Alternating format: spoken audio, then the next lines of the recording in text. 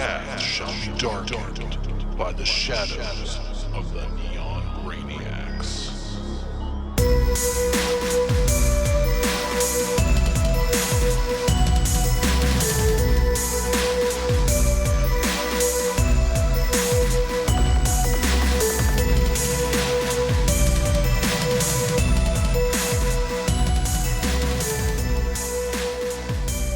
What's up, Maniacs? Welcome to another episode of Neon Brainiacs. My name is Greg. And I'm Ben. Hey, boys. It's Lance. Hey. What's going on, guys? Not much. So, guys, we're not alone. Oh, no. Oh, no. Signing in virtually, Virtual. we got Bryan and Peter. Virtuosity? The Lawnmower Men Johnny joining Mnemonic us. on the show. No! We got Bryan and Peter from NPRmageddon. What's up, guys? Hi, thank you so much for having us. It's a pleasure. It's a pleasure to be here. Pleasure's all ours. I told my mom I was going to be on here, and she was like, "The Neon Brainiacs?" And I was like, "Yeah." She was like, "Oh my word!" The very same. Moms love us. Your Usually mom it's just, sounds cool. It's just our moms, but you know. Yeah, Now, you have a big mom following, I think, in we do. in rural Idaho. I think. Yeah. where I'm Thank from. God. Thank God. Yeah. Just huge with moms, you know. But yeah, hey, tell us a little bit about yourselves, about your show. Give our listeners the scoop here. Yeah. Well, so I'm Brian Keithley. I'm an explorer. I'm a philanthropist. I'm an archaeologist. No, I'm actually none of those things. But we co-created a fantastic little radio show called NPRmageddon. It's what National Public Radio would sound like after the apocalypse. And if you love dark comedy and satire and sci-fi horror, we've got the whole casserole of catastrophe in there for you. So you can check it out at nprmageddon.com/listen, and you won't be disappointed. Guaranteed. So if everybody that's listening to the Neon Brainiacs podcast, we know you listen to podcasts. And so why not listen to our audio series? Other selling points, we have a fantastic cast. We have one of the last performances of the late, great Fred Willard. Mm-hmm. Oh, wow. Wow. Famous science fiction author Harlan Ellison also lent a voice. Jello Biafra. Jello Biafra of the Whoa. famed Dead Kennedys Yep. is one of our Nice. announcers. Which was insane. Which is nuts. Tazon Day, who is famous for Chocolate Rain, if you're familiar with aughts internet culture. If you're familiar with candy and precipitation, then you might be familiar with chocolate rain. I remember like quite a few years after that, I was a longtime listener of the No Sleep podcast, and I know he popped up on there doing voiceover work quite a bit. Yeah. He's got a great voice. Yeah. Other great voices, Barbara Goodson, who's the voice of Rita Repulsa, is one of our cast members. We have like Nice. over 80 cast members, and I think we really pride ourselves on our very eclectic cast, and it's very violent, and it's very action packed, and it takes place it's like a NPR, like kind of like a half an hour of NPR news. So it just like cycles through the news of the day. And then, if you watch the news or listen to like NPR regularly, you'll notice that like day to day, there's sort of like news stories that sort of develop over time. So like there's a guy called the president, and then like things happen to him week to week. Yeah. And we sort of just took that kind of concept and twisted it to our own version of Los Angeles. Yeah. Nice. Who else have we got? We got for your listeners, Betsy Baker, who was in the original Evil Dead, does poetry for our show. She's Very cool. awesome. And Andrew Bowser, who recently had what was the film called, Brian? It was Onyx the Fortuitous. Onyx the Fortuitous and the Talisman of Souls, which is just got done through Sundance. He does a voice for us. And Nice. yeah, so hopefully that cast sounds intriguing and the concept sounds intriguing, and then your listeners are intrigued. Will come and give us a listen over at nprmageddon.com. Yeah. Very cool. I listened to quite a bit of it earlier today, so if I like it, don't let that deter you from you liking it. I love it. Ringing endorsement. Well, very cool. Yeah, thank you guys so much for joining us this week, coming on the show. We're really excited to have you here. And you brought us a pretty wild movie, something that we have yet to talk about on this program. Yep. And was kind of a first-time watch for me. Really? Which, was interesting. Yeah, like I'd somehow never Never seen. I mean, I'd seen the front cover of this thing a lot. Yeah, growing up, I saw it in the video store like all the time. Yeah, like it was always at the video store. Yeah, before we dive into this, what's been going on lately? You guys been watching, listening to anything cool as of late? Well, I'm a few hours into Alan Wake 2 on the video game front. There you go. There you go.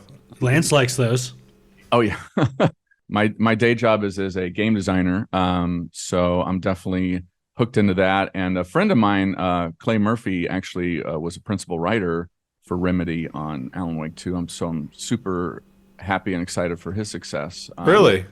But yeah, That's cool. it's very like Lynchian. It's about supernatural, like ritualistic killings, and it's awesome so far. I'm just gonna dip my toe into it, but that's what I've been. I actually just picked it up. I haven't played it yet, but I just picked it up. Yeah, Remedy's like one of my favorite studios, so that's interesting. Yeah, I love the original Alan Wake and Control, and yeah, they do great stuff. My buddy Dan Martin just released a video game, Star Trek Resurgence, which is it's kind of like from the Telltale. Like Telltale. Yeah. Telltale. It's not a Telltale game, but it's like from the team of that heritage. Heritage, and so like I just recently read the comic book prequel to that, and on the movie side, I watched an old movie that I thought was so brutal and amazing called it has two names. It's called African Audio or Africa Audio, or also known as Africa Blood and Guts. And it's a Mondo kind of documentary from the 60s.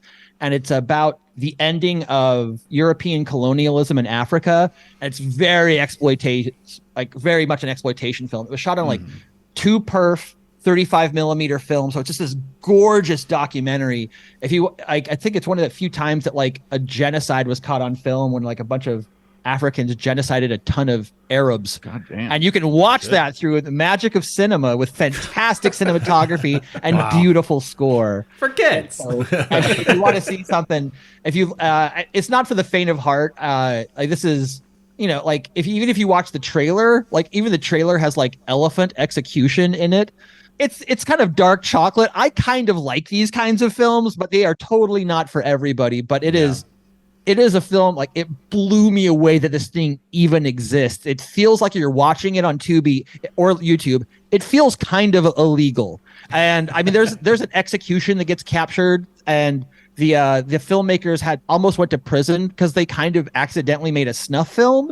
They didn't set it up, but like it was sort of maybe they set it up. A little hard to tell. So if you're into that, really, if you want something that's just totally off the walls, Africa Blood and Guts is like Tubi gold. And the other one that I watched this year that I've been telling a lot of people about, which is another weird Tubi find, was this movie called Even Hitler Had a Girlfriend. I've heard of this. Yeah. That was shot on video in Colorado in the 90s. It's about an incel guy that tries to spend all of his money on phone sex workers and prostitutes. But it is bizarrely compelling. Like the movie just kind of works. It is absolutely no reason to work. The main character he's not even a good actor, but like you're just kind of but you still sort of buy it. It's what sort of a unique performance. So those are sort of very, very off the beaten path recommendations that'll hopefully really impress your audience with my esoteric cinematic magic knowledge. I know I'm impressed. I'm impressed. I've impressed myself with those choices. Yeah, wow, those are some things I've never heard of. Yeah. Oh, you haven't? No, I haven't. You don't know the fantastic Even Hitler Had a Girlfriend? Oh my God. No. How embarrassing for you. It's like Ferris Bueller's Day Off. Even Hitler Had a Girlfriend. Yeah. It's the one movie Zane doesn't have on Blu-ray. It's always recommended to me, but I'm just like, hey, I'm just gonna watch Meatballs again. Yeah. For fans of Meatballs. Yeah. Let's see what Bill Murray's up to at that camp. Again. Yeah, no, very, very cool. Very cool stuff. What about you guys?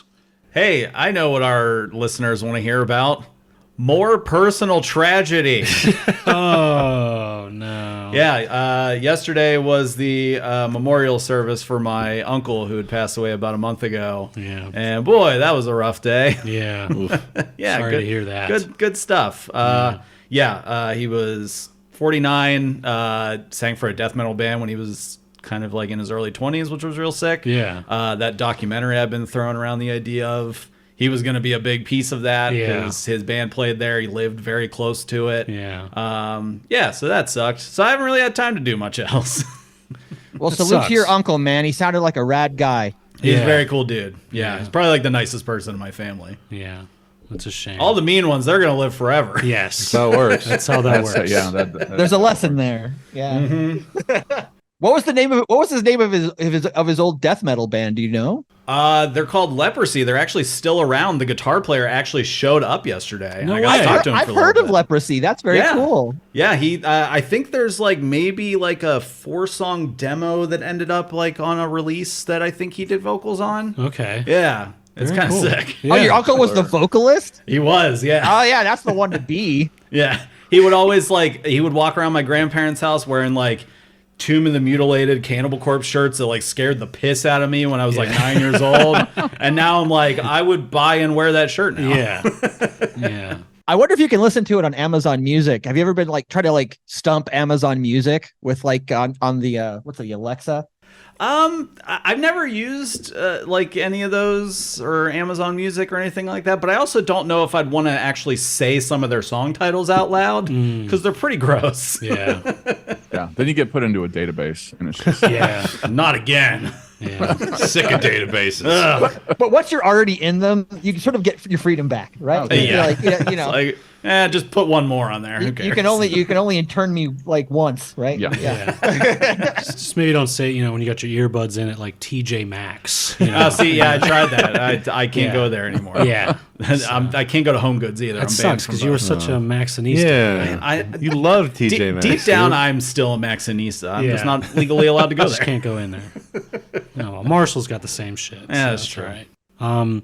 I checked out a movie the other day, and let's get ready to boo me because I didn't think it was that great. Uh-oh. I watched Renfield. Aw, Ben. interesting. Yeah, I thought Nick Cage was great in it. Nick Cage was great. Very hammy. The rest of the movie just was very bad. I haven't seen it, so I can't really boo you. I think the world kind of agreed with you. Wasn't like that sort of the takeaway? Like it's not really the most controversial take. If you wanted to come in hot, you would have said, "All right, movie of the year. Hear me out, guys. Renfield." Yeah, you know what I'm sick and tired of, like the trope in movies that I really wish would go away is that everyone fights like John Wick. Can we be done with that, please? Like, It happens please. in Renfield? Yes. Yeah. Yeah. Like I don't know. It just takes me right out of the movie when just regular people are doing these like crazy choreographed like kung fu moves in movies that just like I'm done, guys. I'm done. That was what was so great about the original Star Wars. It was just like these two guys just beating the crap out of each other with sticks, and it wasn't super fancy. It was just like, go to hell. I'm gonna hit you with a stick. It's a laser stick. Yeah. I'm fine with fight choreography. It's getting so stylized and annoying to me now where I'm just I'm good. I understand that. Yeah. Also, I'm sure in 1979 where people were like, I'm so sick of everybody just hitting each other with sticks, but the sticks have to go whoa, whoa, whoa. Yeah, I don't know. I just, you know what? I was really disappointed with it. I thought I was really going to like it. I had fun with it. Yeah. What about you, Lance? Yeah, Anything? what do you got, funny guy? I don't know. Thanks, Lance. No, since we're allowed to talk about games on this one, Yeah. I'm finishing Spider-Man 2 and starting Alan Wake. Keep it but brief. I've still been doing my Sopranos catch-up things. I've never seen it. Mm-hmm. It's been fun. I think the biggest takeaway this season has been really fun is seeing like the Seinfeld aspect of these actors who like go on being like real famous, and then they're like bit parts. Like so far this season, I've seen Tobin Bell who played Jigsaw in like one scene. Will Arnett plays like a cop's husband in like 2 scenes. Oh, wow. And then Paul Dano is like his son's asshole friend for like an episode. Yeah. And I'm like, wow, this is great. Like, well, seeing all these people. That's cool. Yep. You're liking The Sopranos. I love it, dude. Yeah. I love this morally gray crime fiction. Yeah. Speaking of morally gray crime fiction, Warlock. Yeah. I love that segue. So who's seen Warlock previously? Just me. Wow. Warlock was one of those totally like video rental, VHS rental like staples. Like I think I must have rented that so many times. There were sort of comfort food rentals. Like one of them was like Robot Jocks, Bloodsport, and Bloodsport, hell yeah. Warlock. Like that's sort of in my like kind of oeuvre of like that era of video store. Those are like the ones that you're like, you can't find anything to rent, and you'd like rent a movie that you liked again because that's the only way you'd ever see it. So I must have rented Warlock 6 or 7 times. I have a particular story for why I did not see this during my youth. I had the unfortunate circumstance to watch Excalibur with my mom and dad, the 81 Excalibur. Yeah. And there's a particularly vivid scene where a knight makes love to a damsel in like his full plate, like his top half is full plate, and he's just it's pretty savage. Like he's really going at it. And I was forced to sort of like watch this with my family who was just in for like a King Arthur story. Yeah. And that was one of those awkward moments, right? So it's like when it came to like R-rated fantasy from that point, my mom was just like, no, this is not Warlock. This is not happening. We're not going through Excalibur again. No. Yeah, that's funny. No, this one always kind of eluded me. I think I would confuse this a lot with the Christopher Walken movie Prophecy. Prophecy. Yeah. Like so when people would talk about it, I'd be like, are they talking about the Walken movie? Like and again, I remember seeing the cover and stuff in the video store, but it's just nothing that I ever watched until now. And a lot of it, I avoided it. I think in more recent years because I was like, we'll eventually do that on the show. Yeah, so I'll just wait till then. And I think the avenue that I saw this on was when FearNet had like their on-demand type stuff in like the mid 2000s. Mm-hmm. I think this appeared on there quite a bit. Okay. So I think I watched it maybe like once or twice on there. I have like a really strange memory I hadn't thought of until we were going to do this movie. Like the first ever like 2 comic books I ever bought as a kid. It was like an issue of Amazing Spider-Man and an issue of Invincible Iron Man. Yeah. And they had these like full-page ads advertising the video release of this. Yeah. And I was just enraptured by like his weird shadow. Like, I remember being like a second grader and being like, why is his shadow so scary? No, it's a very iconic like video box. Yeah. They did a good job on the video box. That's the big trick for these kinds of. I don't think this movie was like a box office smash when it came out, but it was like a video hit. And that allowed it to get like a sequel later. Yeah. Yeah. Do we want to get into that? Like, I know, Greg, you said you had a story about this. Yeah, so funny enough, this was actually supposed to go direct to video because, like, as it says up top in the movie, it's made by New World, but it was one of the last things they did before they filed for Chapter 11 and went out of business. Yeah. So, luckily, TriStar, or Trimark, right when they were formed, swooped in, bought the rights to it, released it in theaters in 1991, which was something we were talking about off mic, and then went on to make quite a bit of copies on video. I think I've owned a few. Yeah. But yeah, they kind of like saved it from just ending up on a shelf somewhere from Roger Corman going out of business. So in your opinion, is this like an 80s movie or a 90s movie? I consider this 89. Yeah, because I think it was released in Europe in the 80s in theaters. That sounds right. Yeah. So we technically it's 80s. So we're still with the spirit of the show, I suppose. Yeah, and when Warlock says like radical dude, we know exactly where we're when he pulled out his nunchucks and he's like, hey man, I want some pizza. For me, this is the Julian Sands role. Mm-hmm. Julian Sands died this year. Very tragically. He died in a hiking accident in the California San Gabriel Mountains. He was 65. And what was interesting, I was doing research for the show. I listened to the NPR obituary for his death, and they didn't mention this movie. They mentioned like he was in like Remains of the Day and some other like I remember Arachnophobia. That's where I knew. Yeah, I remember that. From. Yeah, but they didn't mention the Warlock got the snub in the obituary, and I'm like, what? Like this is like he's the title. Yeah, character, and he's the perfect Warlock for the role. I mean, he's absolutely perfect for the role. Yeah. And the sequel to this, if I'm like, correct me if I'm wrong, it's like a standalone movie he just plays a different Warlock, right? Yeah, so Warlock 2, the Armageddon, he just plays the same character, but it doesn't really like follow up on what happened in this one. And then Warlock 3, I think The End of Innocence is the subtitle on that. That one's not good. Yeah, he's not in it. It has nothing to do with either one of those. Warlock 2 is really good. It was directed by Anthony Hickox. Yeah, the guy that did Waxwork. Yeah, but he died this month. And so yeah, I I'm so didn't even hear fixated about on that. death. Oh my no, god. yeah. Like Bruce Campbell announced it on his Twitter the other day, but he died like earlier this month, and he was the director of like Hellraiser 3, Waxwork, Sundance. So he worked with Bruce Campbell twice, like once in Waxwork. Oh, he did Sundown too. And Sundown, yeah. The sequel is, I think, as good as the original Warlock. I think they're both very good films. But after the first two, just skip them.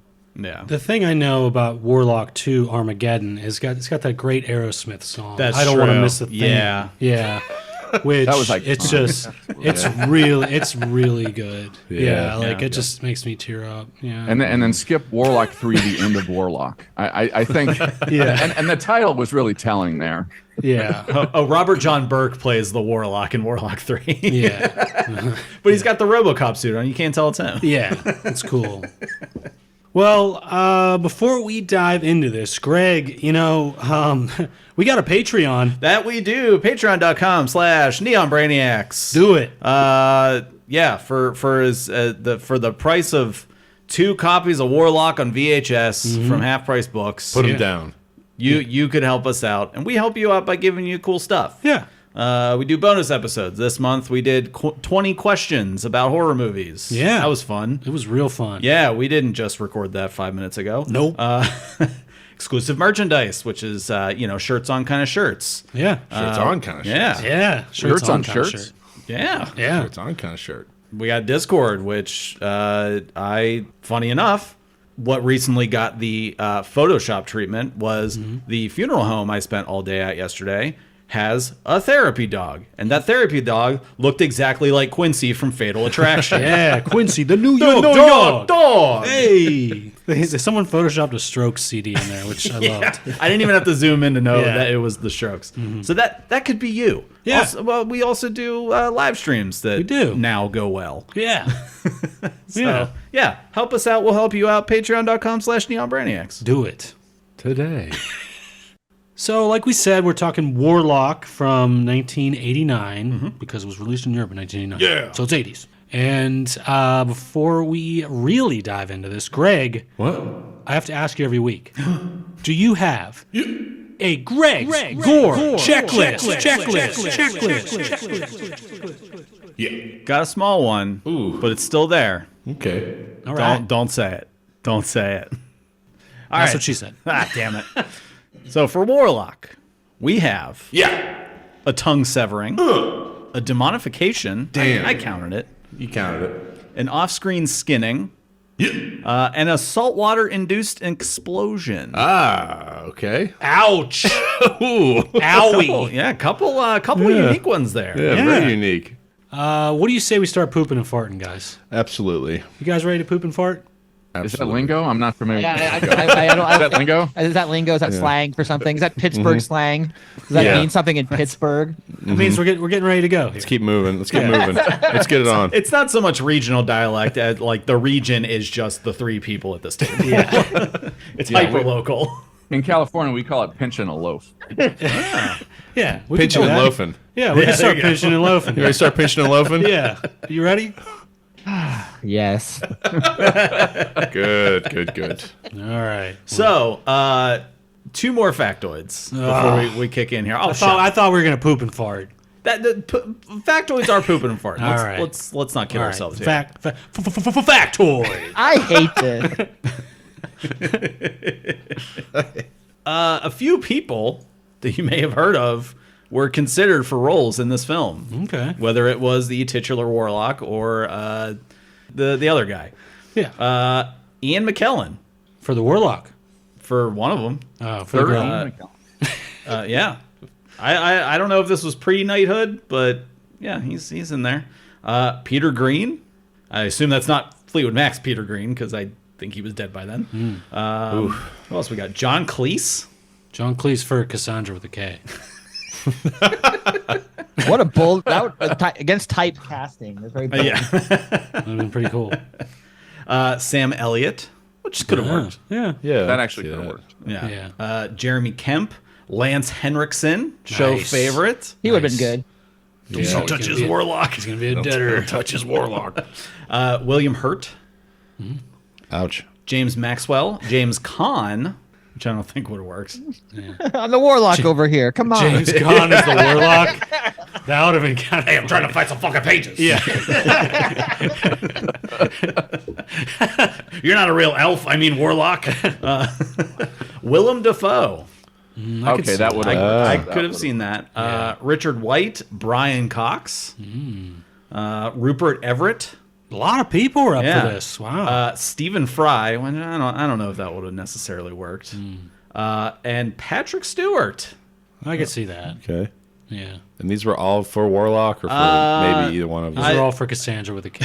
Oh, okay. Some of them were for the car. No, when these producers spread these stories of like these actors were up for the role, did they just like that was the names they wrote down on a piece of paper? Yes. It's like it's like a wish list. Yeah. Abraham Lincoln. We can't get him. They're like, all these great actors, we said no. But Julian Sands came in. We said yes. I believe this role was made for me. And a not so fun factoid. This was unfortunately one movie from the late 80s and early 90s that spawned a copycat murder. Yes. Yeah, so in 1995, Saskatchewan teenager Sandy Charles and an unnamed 8-year-old accomplice murdered a 7-year-old boy, cut strips of flesh from his body, boiled and drank it in hopes that, as in the film, it would give them the ability to fly. What? Wow. Yeah. Wild. Charles was found not guilty by reason of insanity, but was sentenced to stay at the high security regional psychiatric center in Saskatoon, where he has primarily resided since. You're a goddamn monster. And those steps were actually pretty explicitly laid out in the movie. Yeah. Unfortunately. There was like Yeah. a recipe, like hey kids, Don't do that. that's a good. You should be baptized, is what you know. The lesson there The is lesson be is get baptized. Yeah. The lesson is you can only fly if it's a cast member from Step by Step. That's true. We'll get there. Step by step, day by day by day. All right. Are we ready to poop Commence and the poop and fart? Are we ready to poop and fart? Finally. I don't like this bit. I don't like it. Then you won't like our show. I'm sorry. How did I get here? Get out Where while you am still I? can. Yes. All right. Well, we open up on some like 1600s bullshit. Yeah. I see some cool ducks outside, and they're literally cool ducks because it's cold as shit outside, man. They're cold. Cool duck. Anyway, we see some pilgrim-ass looking dudes marching down the street, and one of these guys is the one and only Mr. Pitt Yes. from Yes. Seinfeld. Ian Abercrombie. Yes. He was also the wise man in Army of Darkness. Yes. He was. He's in Army Yep. of Darkness. What is this? That shows some range, man. That guy. Yeah, from stern to stoic. I'll be your old guy. I'll be your weird old guy Yeah. this way. I'll be your weird old guy Stuffy this old other guy. way. Yeah. I believe some of the other range that he showed was a role in Test Tube Teens from the year 2000. Oh, very cool. Wow, I love that. As stuffy old man, the- number 5. The full moon staple. Well, yeah, these guys are marching down the street. Everyone's taking a look here. They're Not much "What's else to going do." on?" One guy just hanging out, smacking his wood. You know, I heard if you did that back then, that was considered witchcraft. Well, we get our title card, and it looks pretty cool. But we learn that we're in Boston, Pak the Khan, Harvard Yard. Yeah. And I don't see a Duncan anywhere. Yeah, this sucks. 1600s were whack. Am I right, guys? not shot on location in Boston. Yeah. No, of course not, 'cause there would have been a Duncan. Yeah. At least a picture of Larry Bird somewhere. We do get Larry Bird adjacent material later. We do. But yeah, they basically go up into this like tower where they got this guy up there in a cage, and this is the one and only Warlock, baby, Julian Sands. Yeah. Bent over in a very uncomfortable looking position. It's one that I can't do. Yeah. I would go so far as to call it compromising. Is it It's compromising? a compromised position. Compromise with a K. Yeah. And who's yelling at him? but the Latvian Orthodox priest from Seinfeld. We got 2 Seinfeld cast members in the same scene. What's the deal with Warlock? Everybody's taking my cast members over here. Dunk, dunk, dunk, dunk, dunk, dunk, dunk. All right. Yeah. So anyway, Julian Sands, he's bent over. They got these little contraptions that are like, honestly kind of cute. They just like take your thumbs together and just like your little piggies, your little big toes I bet together. they feel cute too. You think it's cute and not extremely painful? They're so cute. And just my thummies and your little toes. just wrap them up. Not my whole feet. Just my toes. To be fair, he probably bled as much from the thumb screws as he did from getting his ear pierced in the 1600s. But yeah, he's kind of like, bent over and shit. I don't know. They're just like, and our like main dude comes up here, right? This is like our hero. This Crabtree. What the fuck is his name? Redfern, actually. Redfern. I was close. Yeah. No, you weren't. That wasn't close at all. Redfern and Crabtree Yeah, and then they named that novel Where the Red Fern Grows after this film, which yeah. is I amazing. figured. That's a little known trivia there.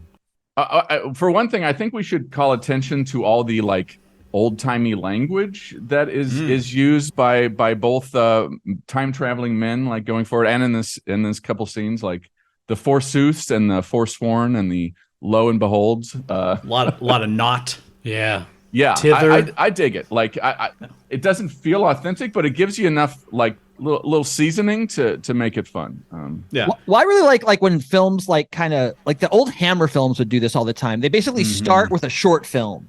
That could have just been a short film. You could have gone to a festival, seen like, oh, there's a guy in the thing, he disappears. Oh no, that's spooky, right? Like it's like, it's like here's the little appetizer. Like that's a complete storytelling unit. Right. Absolutely. Yeah. And then we're off to the races. It's great character introductions for our hero, our villain, and we're off to like the classic trope of guy from the past comes to their future, our present, and they're kind Crocodile of Dundee. fish out of water. Yeah. Yeah. Well, Crocodile Dundee came from Australian present to USA, which might as well be Tomato. Yeah.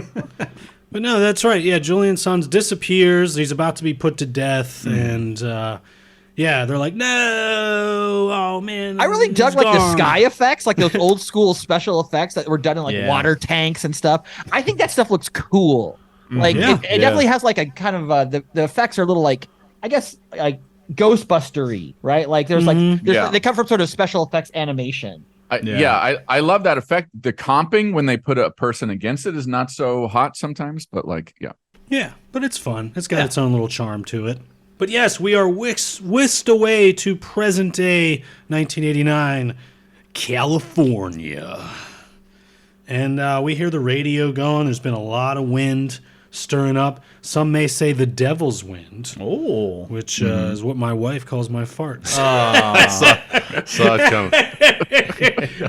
Pooping and farting. Here we go. Here we go. Oh, Taco Bell, am I right? Everyone take a shot. Ooh-wee. Oh, you get devil's wind. And we meet one of our other main characters. This is a woman sleeping in bed. This is Cassandra with a K. Yes. Look familiar? Kinda. Yeah. Kinda. Yeah, I think the answer is kinda. I know she's in some other things, but I can't picture. The man with one red shoe. The man with one red shoe. Oh. Yes. She was also in Footloose, right? She was in Footloose. Oh, she was. Yeah. Footloose. A lot of foot and foot adjacent titles. Yeah. Now I learned in my research she's cousins with the director Bryan Singer. The actress is Laurie Singer, right? And the infamous Bryan Singer. If you were an undergrad at a certain film school, you might get invited to a Bryan Singer party and go, "Oh wow, me? I wonder why he's inviting little me to the Bryan Singer party." No strings attached. He's infamous because he's more than famous. Three Amigos taught us that. That's all that infamous means. Well, she's singing. She's like, "Footloose, kick off your one red shoe." That's pretty good. But yeah, she wakes up. She hears a window break, and Julian Sands is there lying on, like the den floor there, covered in glass. And we also meet her roommate here. This is Chaz, and they're like, "What's going on?" They assume that this is a drunk man that has fallen through their window, and they're like, "All right, you do. Yeah, let's hurl yourself through a window and you're drunk." yeah, let's get him somewhere, but not on the 100-year-old sofa. And you're like, why has he got a 100-year-old sofa? Turns out Chaz's got some artifacts here in this house. You can tell he's an artifact collector because he has a ponytail. Yeah, a really tiny one. Yeah. Which will factor in importantly later. Well, actually, I think will. that's a pretty good way to solve the problem, right? Like, we need to have like some ancient piece of furniture. Who would have like old furniture in their house and know all about it? Oh, just some gay guy in California. That sounds like a thing that they would do. But that's true. I mean, that's not even like, that is who would have it. It totally works. You're like, hey, wait a minute. Ah, shit, he's right. Yeah. Who goes antiquing, really? Who cares about old well, okay, they do. Well, okay, yeah. Okay, that makes sense. I feel like Chaz is the true dark wizard here of having like a sizable home in Canyon Country, which is like, if you're familiar with Los Angeles, it's like, damn, that home must be like $8 or $10 million. Well, yeah. So they sit him down. We cut to the next day where, Cassandra gets up. We see that she's injecting insulin, which sort of comes back into play later. Very lightly. Chekhov's insulin. Chekhov's insulin. Yeah. She like heads to go to work. And as she's leaving, I think Julian wakes up here, right? And she's like, you better go back to bed. You got to sleep it off here. I got to go work at my job at the diner. But she almost hits an old lady on her way there. She's like, gee, I hope I never get old. Oh, and you're like, wait a that's minute. not going to happen. That's more of a plot twist than the insulin. Yeah. I hope I never have to cross a street at the crosswalk. Who does that? He also, before she leaves, he realizes that he's in 1989 or whatever, 88, 89, whatever this is. Well, meanwhile, Chaz is down. He's cooking up some breakfast. And, the Warlock comes down and notices that he's got his fancy ring on. And he wants it real bad. Yeah. Don't piss off the Witcher. Yeah. And Chaz is too nice to live. I think he's just too kind-hearted to actually live, because this man came into his house and it's just like, hey, I'm cooking an omelet. You want an omelet? I mean, but wouldn't a real fucking Chaz dead. be incredibly bitchy? Like, wow, you're still here? I mean, like, this is the nicest. He's like, very kind. Super nice. So brutal. Very nice. So nice that he gets his pinky chopped off, his ring stolen, and his tongue bit out of his mouth. And he didn't even get to eat breakfast. No. No, and it gets spit off in the frying pan. That's That's the money. That's it smash cuts to like food at a diner. It's such a beautiful little like sequence there. And I love it. And like this movie sort of like is constructed in these like little kind of vignette sequences with whenever the Warlock shows up, it's like, here's your new little Warlock serial moment. Where it's just like these little bits. Well, yeah, we do slam cut to the diner where some cops show up. They want to question Cassandra with a K. And they're like, hey, tell us a little bit about your roommate because he's fucking dead. And we want to catch this guy before someone else makes an omelet with someone else's tongue here. Huh? That's not how omelets work. Yeah. It's not what you get. need more than just tongue.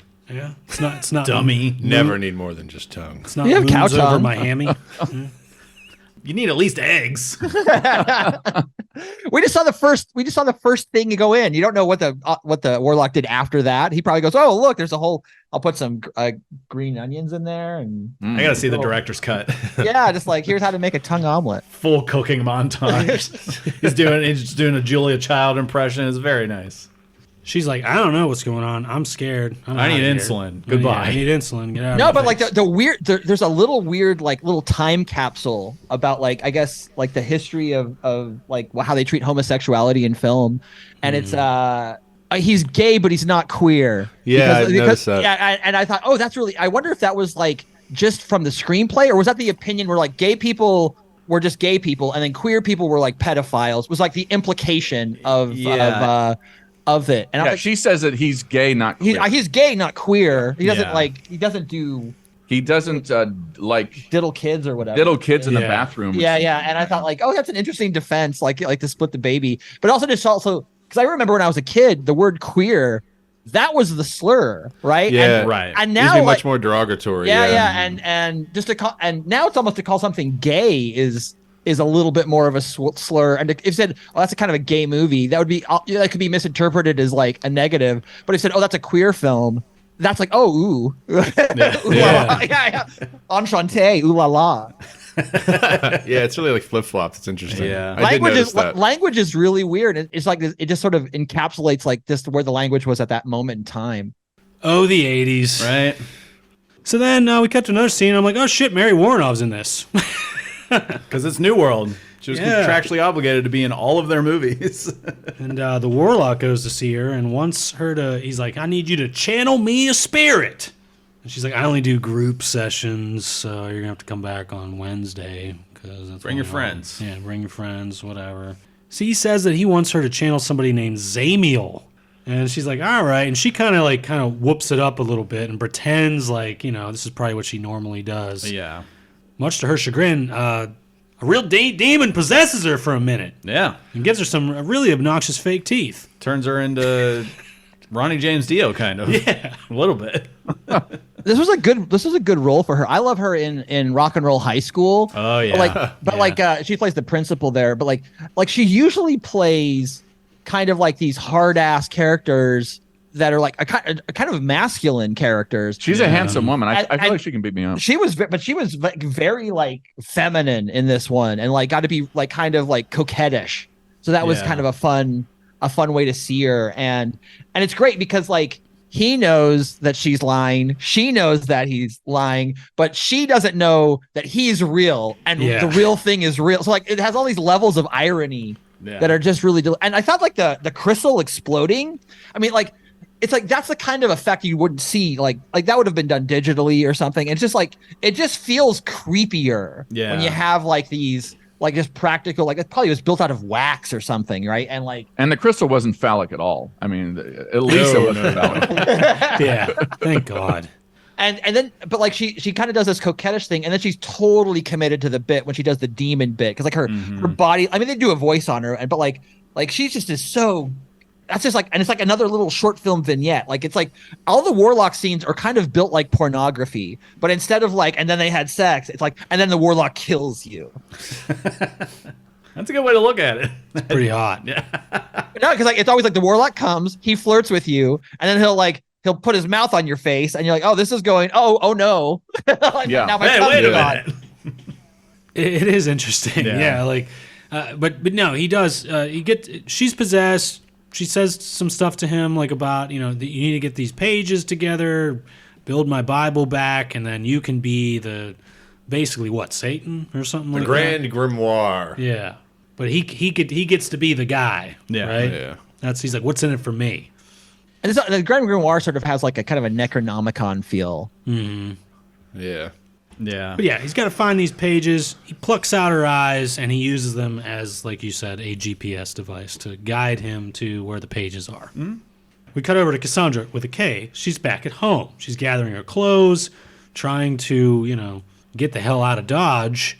And that fucking Redfern guy from the beginning of the movie shows up. Yeah. And he's there, and he's like, hey, did some guy show up here and bleed? Because I need his blood. Like, oh, that's not weird at all. Fully decked dressed out in a bear suit. He's like David Crockett.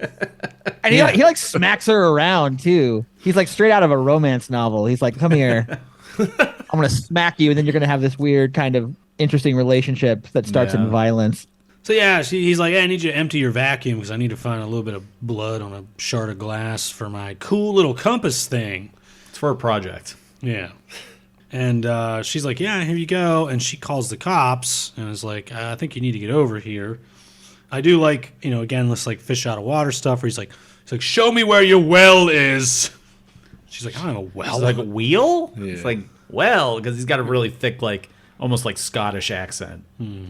But he introduces her to his witch compass, which is kind of cool. Yeah.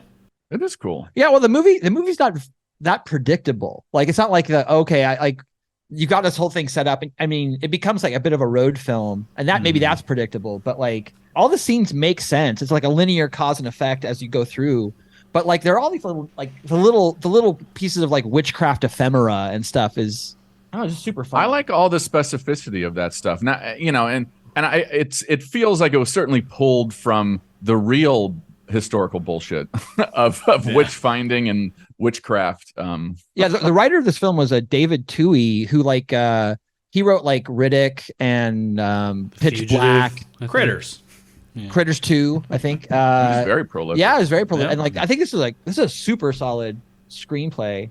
And it's kind of cool because like you kind of got like it's very much cat and mouse. So like, here's what the people searching for the Warlock are doing. Now here's what the Warlock is doing. And you sort of just like kind of turn one up and turn one down as the story needs it. It's very well written, I think. We see the compass. It's not working at first. She doesn't believe him. She's like, "Oh, this is a crock of shit." And the cops end up showing up and taking him away. Can I interject one very funny detail to me? Like they wind up in the kitchen where Chaz was killed, and his blood's just all over the walls. It's like, first of all, okay, so you're returning to the scene of this terrible crime, and then his little body is outlined on the floor. And it's not like chalk. It seems like they couldn't use chalk probably on that floor. So it's little pieces of tape. Yes. They used for the outline of the body. Well, yeah, the cops show up. They arrest Redford. They tase him, and for for some reason, the concept of someone from the 1600s being tased was so fucking funny to me. Yeah, and then he said, "Don't tase me, brother." No, he said, "Tase not, brother." Tase not, brother. Tase not. Do not taseth me. And they're like, "What the fuck are you talking about?" Tase not tither. Come hither, tasing. Don't tase my tither. Don't tase me, bro. Yeah, they tase him. They take him away. The cops are like, "Hey, maybe you should get the hell out of here." She's like, "You gotta watch, time me." And he's like, "Okay, I will." And then we hang with the cop while he sits there and times it. It's your tax dollars. They also spent time to do a Laurel and Hardy impression of like, "Here's my witch compass." Witch compass? That's exactly what I said. The witch compass. Anyway, so yeah, cops take Redfern away. She goes in to pack her clothes up, but she notices that compass starts to move. And who shows up? That dang Warlock, which was the original title of the movie. Much better. A talking warlock. Aw, Warlock! He does show up and goes like, "Hey, does that guy that like covers himself in dead squirrels that doesn't like me very much, was he just here?" Yeah. She's like, "Yeah, he was." And he's like, "Oh, okay, cool." Because she sees him outside with his eyeballs in his hand there. And he starts chopping up that table, one of Chaz's, possessions there. Yeah. An Guess antique. what? Yeah, there's some pages inside. It's that grimoire. Grand. Grand. Well, it's not grand grimoire. yet. Yeah. Getting there. It's like a third grand. Yeah. This is like the trickiest bit of the script is this bit because like there are pages in Boston and there's pages in Los Angeles and there's pages kind of other places. So when they travel back in time, it is a little bit of a fudge that like, oh, you're going to go to the pages the furthest away. Like I thought that like you're going to go to Los Angeles first. Yeah. Like it's like they don't really address it that well, and then you kind of have to piece together. Oh, okay, I guess he appeared outside of their house because the pages are in the furniture. Okay, that kind of makes sense, and it kind of sort of icebox logic. The movie kind of goes, oh yeah, don't worry about that so much. We're whatever. Yeah, not to mention that it's like portions of 3, and it's like here's 20 pages and here's 20 pages. Yeah. Oh, the 80s. Well, yeah, he grabs those pages. He sees Cassandra with the K there and is like, says a little rhyme to her. He's like, beans, the wonderful fruit. The more you eat, the more you... He's Get older. Working blue all day. Yeah. No, some kind of rhyme. And it's like, something about getting old or whatever. Yeah. And she's like, oh, no. And, she wakes up and she is not looking the same. Yeah, she has the same line that Jamie Lee Curtis says in Freaky Friday. Oh, no, I'm Lindsay Lohan. Yeah. Oh, you've seen it too? Yeah. Yeah, that was it. No, that was it. Direct quote. All right. Well, yeah, so she immediately gets this dude out of jail. Not sure how. Does she have a lot of money now? I don't know. Her credit card seems to be running out. His bail was $10. Okay. She drives down the road. She's like, what's going on here? This sucks. This is a total ass burn, she says. Yeah. She doesn't even have time to see Frantic at Grauman's Chinese Theater. Redfern here is like, hey, you're old because he took something from you. Did he take something? She's like, yeah, my charm bracelet that had globes on it, like my earrings. Big old chunky thing. You're going to have to get it back, or else you're going to die in like a week. You're going to keep getting old. Yeah. And it's going to be pretty scary. Yeah, I think her globes were Globy from Pee-wee's Playhouse. No, I'm just trying to be like super 80s about this. I don't think they're Globy. They killed several Globies to make. The word of the day is tither. They they're like up on a mountain using that little compass thing. And this is where Cassandra with a K tells him that, like, hey, once I get young again, like, you're totally on your own. Like, I'm done with this crap. All right, fine, dude. Whatever. Fineth. Or Susan Fineth. And she's you know, her worst fear has been realized. So she's gonna die of old age, and she just can't take it. Well, at first she was like, "Oh, I guess I'll just be 40. That'll be okay." And then he has to like explain to her, "No, this is gonna keep happening." Yeah, every day you age. She was kind of okay. She's like, "I guess I'll accept it." I mean, I'm kind of like, I'm all right. 40's the new 20. Meanwhile, they're in the car, and Renfield is eating leather with like salt. We failed to mention he took like a whole thing of Morton salt from her apartment, and he's just like salting leather. She's like, "Why are you doing that?" He's like, "Witches loathe salt. Remember that." She's like, I will forget that immediately and have no bearing on the rest of my life. There's no way that information is going to be useful to me later. Come on. In the film. Yeah, I think he's salting his whip, his Indiana Jones whip, which is like barely used. I don't know why he had a whip, but I guess it's used once or twice. Yeah. Meanwhile, we cut over to the Warlock, who has found himself a new victim, and this is totally the kid from Step by Step we talked about earlier. It is like, what is he in Step by Step? JT. It's JT. Yeah. Oh. He's the oldest of Patrick Duffy's kids? Okay, so that's probably Or is he the youngest? I don't remember. No, he's the oldest. He's not the guy that lives in the van. No, he's friends. Yeah, he's Cody. He's buds with Cody. Yeah. Yeah. This is like the creepiest. Like, 'cause this is like the most realistic. It just cuts away. Like, you don't see like him like, I'm gonna get you or anything. Like, he's just sort of hanging out with like this lonely kid who doesn't have any friends because he's like, because he doesn't go to church because his family is like enlightened or whatever. And your imagination does the worst, you know, as far as what happens to this kid. And this was the part that scared me when I was a kid. This was the part that was like, that is so freaky. Yeah, because he's like showing him this little video game that he's got, and he, you know, the Warlock mentions that he's a witch. And he's like, "What are you talking about? Witches are girls?" And he's like, "No, some can be men." He's like, "Where's your broomstick? That's what you fly around on." He's like, "I don't need a broomstick." I'll tell you what I do need to fly. Yeah, yeah. You. But really, I think that the kid really missed an opportunity to realize how evil the Warlock was, because he gave him the video game to play, and he punted on first down. Yeah. So, No one does that. No one. Not even Tampa Bay. Not even The Tampa. worst. The worst monster would punt on first down. So we cut over to a gas station where Cassandra and Redfern are trying to get gas, and they overhear that like some gunshots. The gas station attendant there tells them, "Oh, men are hunting coyotes because some kid got killed by a coyote." Yeah. Which happens to be like right nearby. Skinned him. Yeah, Because that's what coyotes do. Yeah. yeah, because they're great at skinning things. Yeah. Precisely. With their paws. Yeah, And take all their fat. Yeah. take all their fat off. Leave all the other stuff. Gotta be a coyote that did this, because they have thumbs. Redfern runs over and is like, "Hey, tell me, was your kid baptized?" Because the mother, this poor mother's there. Suzanne Summers. Yeah, it's Suzanne Summers. Patrick Duffy R.I.P. shows up. Yeah. In this very special episode of Step by Step.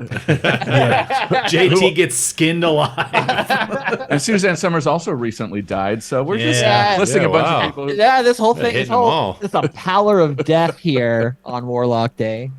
Yeah, and this is where Renfern explains that the Warlock can fly around on a male child's fat that hasn't been baptized. Yeah. Potion, yeah. Yeah, it can make a potion out It's of it. his spinach, if you will. Yeah.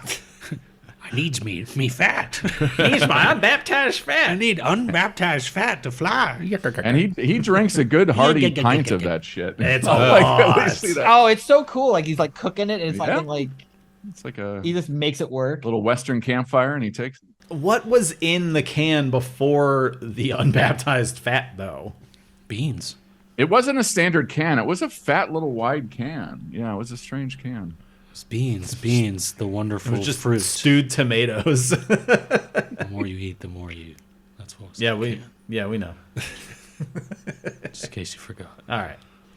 So we cut to one of my favorite scenes of the movie, possibly my absolute favorite scene in the movie. There's a cop just sitting in a car with his speedometer on. This fucking And Julian bullshit. Sands like awkwardly flies by, and it's like I laughed so hard at this. It was just great. It doesn't look great. Like fist out, like kind of running almost. Like, Yeah, right? just like in the air, he's just like right by. It's one of those scenes that like they probably should have cut it, but like I love that they left it in. It's kind of hilarious. Yeah. Oh, but before, like, do you know who the gas station attendant was? A little piece of trivia. His name is Rob Paulson, who's like a famous voice actor. He does like Oh yeah. so that was Rob. So he was like part of the Animaniacs. I think he was like Pinky on Pinky and the Brain. No. Yeah, that's one of his like early. Yeah, he's a gas station attendant. And you go back and you look at it, you go, oh yeah, that's totally him. If you know what he looks like, it's like a young Rob Paulson. I was sitting there. I was going like, this guy looks really familiar, but like I didn't act on that thought. But that's funny. I probably wouldn't have recognized him without his like glasses anyway. Well, we cut back to Cassandra and Redfern, and this is where we kind of learn that Redfern had a wife named Marion. He doesn't specifically say this yet, but he mentions her name, and Cassandra kind of grills him about it because he's kind of grilling her about wearing makeup or whatever. Cause, Goodly women don't wear makeup. Yeah. Meanwhile, she's starting to get older. She starts to get, like, we see her in 60. pain, and then, like, next thing you know, she's 60 years old. Yeah.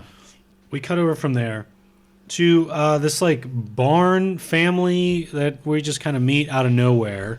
Grandpa's a Mennonite, but Yeah. no one else is. No one I else was is. very confused by this. I think they were kind of Mennonites. They were kind of like diet Mennonites. They were like Jack Mennonites. Yeah. Yeah. They grew up. They were working the farm too. It wasn't like, you know. You got to be a real Christmas and Easter Mennonite to wear like a nearly full Canadian tuxedo, like, you're, like milking cows or whatever. No, he was 100% committed. All right, good for him. Well, yeah, Pap comes in. He's upset about the cream has turned and curdled after a day. They just bought it. Yeah. Which is a sign of a witch. Yeah, and the bread's not rising, and all kinds of shit's going on. So he immediately paints, what was it, like a pentagram or something like on the side of the barn. Is that Something is like that the Yeah. equivalent of like the Batman symbol? Like, Yeah, I think so. I don't cry for help. it doesn't quite make sense to me that bit. You should paint something, sure, but like, why wouldn't it be like something Christian? Why would he like, yeah, why not like, Yeah. it's kind of. Don't paint a pentagram. I guess it was, That's what they want. But the reason they paint the pentagram, I guess, is just so they can see it from the road. You know, like Yeah, Batman symbol. Yeah. Yeah, sure, but like, it's like, oh yeah, I mean, it's a It's pentagram. weird. It's It is weird. weird. It's a little weird. Well, yeah, Redfern sees it from the road. He's like, pull over here. They like, come to a screeching halt. They I run sense in a there. sweaty horse. He's like, look, here's what you got to do. I know everybody told you your whole life, never put money in your mouth because it's very dirty, but I got to put a bunch in your mouth here because it's going to Pennies, they taste good. stop. Yeah, I don't know. Stop something. And she spends about 10 minutes of this movie with 2 or 3 pennies in her mouth. Yes, she does. On its face. Oh, it's just my 2 cents. Hey, no one wants to listen to me. I'm so old. so old. It actually helps her with her old woman accent. It kind of You does. hold Yeah. pennies in your mouth. But yeah, they basically, Redfield kicks in their fucking door and is like, hey, you got a Warlock? And they're like, what the fuck are you talking about? And the guy's like, aye. Hey, we do. Come on upstairs to the attic. And they go up there. He goes up there. He stabs this, like, cool bat. It's a cool bat. Looked real. It was very real. Very real bat. Got stabbed. Yeah. Oh, real quick, I just want to point out the camaraderie between the old Mennonite guy and Redfern. Oh, It's they're like fast they friends. understand each Yeah. other. It's like, Yeah, oh, no you're questions. Amish, and Yeah. and the guy's like, no, Mennonite, and he's like, my man. Right? Oh, It's like, even no, but better. like- now I can finally get something done. But what's weird My is like Mennonite. the Mennonites don't even My they aren't Mennonite. even formed until after that. Like that's like one of Yeah. the Oh, weird like sure. bizarre things about the film is like Mennonites come later, Yeah. right? Because like technically just everybody just had used the technology of that time. There was no reason to be a Mennonite, you know. I'll give him that one anachronism. I'll give him one. Warlock, you got that one anachronism. I do wish we had gotten the scene that was deleted where Mennonite Grandpa's like, come upstairs. I'll show you my toys made out of wood. Oh, that's a thing. Redfern also finds one of the pages of this grimoire, the Grand Grimoire. Yeah. and he tries to tear it, but it Goes morphs back itself back together. It's kind of a cool effect. I like it. It is cool. But yeah, He's like at the top of the stairs, and he's like, "Yeah, it's weird that he left a page." And I think Cassandra's like, "Why would he do that?" And Redfern's like, "He wouldn't. He wouldn't do that." And he goes upstairs, and the Warlock's up there, like floats down. He's like, "Did you forget that I fly, dumbass?" Boy, you're the freakiest thing I've seen since I got here. He's like, "You know what? I'm gonna cut you with this knife." And he's like, "Nope, because I put all the pages right here by my heart, so you can't. They morph back together." And you stab It's a me. magic prune here that's going to deflect a bullet later. But yeah, this is where the Warlock throws out the Yoga Flame and just basically He sure does. Yoga fire. Yoga Fire and Flame.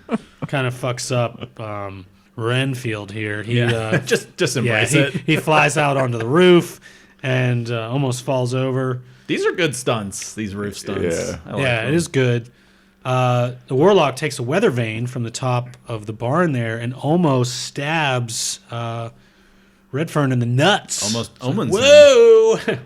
And from there on out, like that weather vane becomes one of the stars of the show. I mean, It does. Yes. I was thinking about like if I could get one prop from this movie, I'd take the weather vane. Like that would be the solid choice. Oh, I take the compass, the witch compass. That's the cooler thing. No, like the weather vane, like would be hard to carry around. You'd have to put it in storage. Like it would be like a real thing that you'd have to deal with. I love this sort of series of events here because Warlock's trying to fly around. It looks goofy. They eventually does. lasso him a little bit. With the whip. Yeah, with the whip. Manages to stab him with the weather vane. Hell of an Uncle arm. Rico's in with it. Yeah, just, it's really funny. And then he gets down on the ground and they try to get those little cute, like little footsies together, the toes, but only like half of it. So toe he's ring. just kind of like stumbling around with this like toe ring and the thumb The little ring Chinese together. finger puzzles. Yes, yes. That's what it reminded me He of. just turns into a Tom and Jerry cartoon. He's like, ow, ow, ow, ow. The Mennonite guy looks at him, for a couple minutes. He basically blinds him, makes Yeah. his eyes bleed. I told you not to do that. And this is where Redfern tells Cassandra, with a K, that if she can find a hammer with some nails and nail his footprints, it's also going to hurt his feet. He'll feel it. Yeah, he's going to feel it. Wild. Feel it. That is like that's one of the great like sequences is like when she's nailing the footprints because like it sets up this rule and then you just see it enacted immediately after. I totally buy it, right? Like you see him like freaking out, and then like when you see like his head print, you're like, oh no, right? Like this. I mean, like the movie just sucks you. Like that's like you're right there with it. You get it. And you're like, yep, that's what. Should have put a head print there or whatever. It's so good. Immediate payoff. Yeah. I'm nailing his head print now. I'm feeling this. It's a fun scene. Yeah. So it again, when she does find the head print, she nails it. He's like, my head, and then like falls, like passes out basically In a train car. in a train car with his hand just like kind of hanging out of this train car, which also happens to start moving. And has Globy on his wrist. Yeah, he's got the dead globies on the wrist. Yeah, I mean, this whole little sequence, it's so cinematic, right? Like, it would only really work in a movie. You couldn't read it and really feel, like, the intensity. It couldn't just be audio. It couldn't be a comic book. It's just, like, because, like, it's the timing. It's, like, the cause and effect of, like, the pounding. And then, like, going on a train. It's like classic cinema of, like Buster Keaton or something. And her old 60-year-old ass trying to catch up with the train. Yeah, and it's I love this. and you know what she wants. You know, like it's all the relationships are clearly delineated. It's like that's like the move. That's like the best little chunk of the film. Yeah, it's the whole sequence is a lot of fun. Yeah. And I loved the whole bit where she's like too old to run after the train, but she Catches eventually up kind of in like beats the bracelet off his hand as he like kind of cruises off into the. Yeah, because she gets to him and he's like, and Yeah. she's like, get out of here. Did they leave it kind of mysterious whether she actually got it or not until later? Yeah. Well, yeah, no. Well, It, we see it on the ground. it claws in the onto the dirt. hammer. Yeah, she has a hammer. Yeah. Meanwhile, Redfern's in the other room setting up like some other Keymobile. some keymobile thing that's going to help this guy get his sight back or whatever. Something about copper keys. Yeah. I didn't really catch Turn that. these clockwise once an hour. He's like, how the fuck am I supposed He's to like, do that? I can't fucking see it. So hopefully, Canadian Tuxedo downstairs can help him out with that. The fucking denim demon down there can get it. Denim Dia. God, you really don't like this son character. Like he's not a real Mennonite. Why did he turn against his ways? Look, I've seen him. I've never seen him look like an extra in Night of the Living Dead. Like, So yeah, Cassandra with the K gets what she wants, and she is now young and beautiful again. I love how they like make her walk out of the shadows while she's talking, like we didn't already fucking know she was gonna look normal again. Yeah. And I think that the delicious part of that little exchange was like, I think she expects him to be turned on, impressed, like attracted now that she's back to 20 years old. But he's like, okay, cool, let's go get the Warlock. Yeah. She's all that. Yeah, I'll bet it. So she's like, all right, here's my car keys, here's my credit card. I'm out of here. Yeah. And he's like, no, don't, because the whole world's going to end if you don't help me out here.